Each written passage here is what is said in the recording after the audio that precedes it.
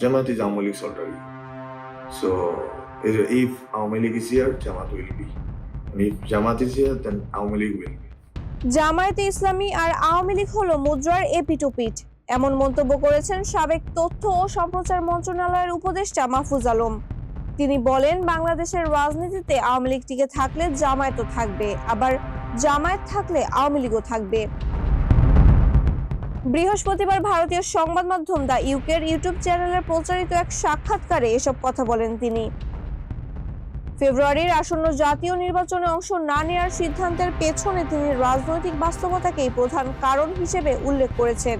This time I am not joining any party and I'm running for election because I can see this is not the time for that.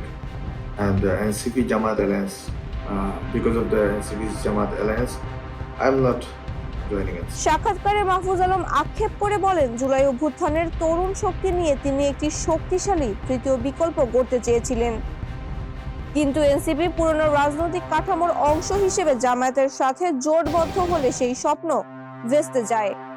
জামায়াতের কোনো স্বচ্ছ ভীষণ নেই উল্লেখ করে তিনি একে জুলাই আন্দোলনের চেতনার সাথে বিশ্বাসঘাতকতা হিসেবে অভিহিত করেছেন। With Jamaat you cannot have an alliance because with Jamaat you will have to face many questions which you won't have answer because they don't have any clear vision for many things in Bangladesh.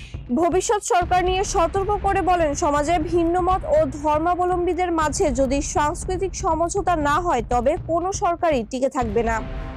একই সাথে গণমাধ্যমের হারানো বিশ্বাস ফেরাতে অতীতের ভূমিকার জন্য ক্ষমা চাওয়ার আহ্বান জানান তিনি। মাহবুবা ইসলাম, মানবকণ্ঠ।